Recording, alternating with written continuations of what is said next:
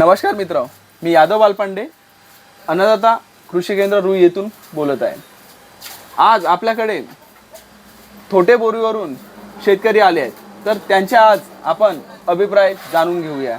त्यांनी आपल्या धान शेतामध्ये, आवत्या शेतामध्ये आपल्याकडून नेऊन औषध मारली होती आणि त्या औषधाचे अभिप्राय आज आपण जाणून घेऊया। ठीक आहे पाटील, तुमचं नाव?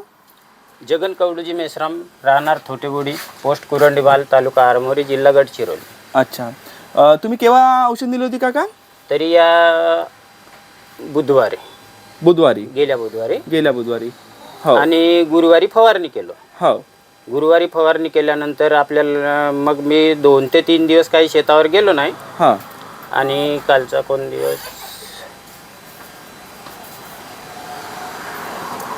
बरं 2 ते 3 दिवस मी काही शेतावर गेलो नाही आणि पाणी उघडल्यानंतर मी शेतावर गेलो। हां, शेतावर गेल्यानंतर तो कचरा बघितलो। कोणता कचरा होता तो आपल्या इथं? होता खाकशा गवत। खाकसा गवत किती मोठा झाला होता पाटील? खाकशा गवत असा होता की कमीत कमी माझ्या कंबर होता। हां, आणि त्या गवताला मी पहिले प्रथम 2 ते 3दा औषधी फवारलो होतो, हां, पण त्या औषधीनं तो काही दगावला नाही। अच्छा, नंतर मला माझ्या गावाशेजारचा म्हणजे कुरंडी मालचा मोरेश्वर सहारे जो आहे, हो, त्यांनी अन्नदाता कृषी केंद्र रुई हां, इथून आणलेली औषधी तो मला दाखविला। हां, तर मी म्हणालो पहिले तू मारून बघ, हां, मग पाहू म्हणालो। आणि त्याचा रिझल्ट बघितल्यानंतर मी सुद्धा आलो हो, अन्नदाता कृषी केंद्र रुईमध्ये हो, आणि तेथून मी औषधी नेलो।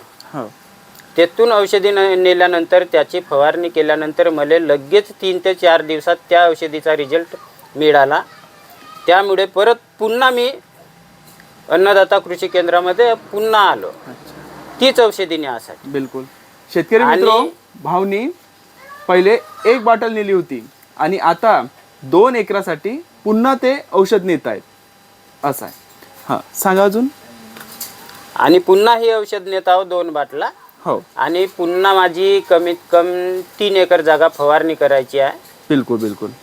हो, धन्यवाद काका। धन्यवाद। बिलकुल।